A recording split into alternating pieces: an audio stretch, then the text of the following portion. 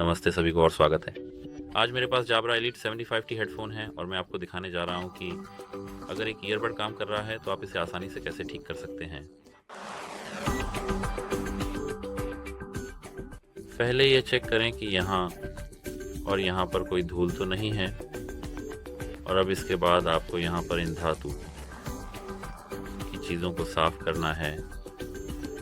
इसके बाद आपको यह सुनिश्चित करना है कि आपके दोनों हेडफोन चार्ज हो रहे हैं। अगर वे चार्ज हो रहे हैं तो आपको अभी उन्हें हार्ड रीसेट करना होगा। हार्ड रीसेट करने के लिए आपको बस इस बटन पर कम से कम 10 सेकंड के लिए अपनी उंगली दबाए रखनी है। अगर आपने यह किया है तो ये बहुत अच्छा है, क्योंकि अब आपके हेडफोन शायद ठीक हो जाने चाहिए। अगर नहीं होते तो आपको बस अपने डिवाइस सपोर्ट से संपर्क करना होगा। बस इतना ही। आशा है कि यह आपकी मदद करेगा। अलविदा।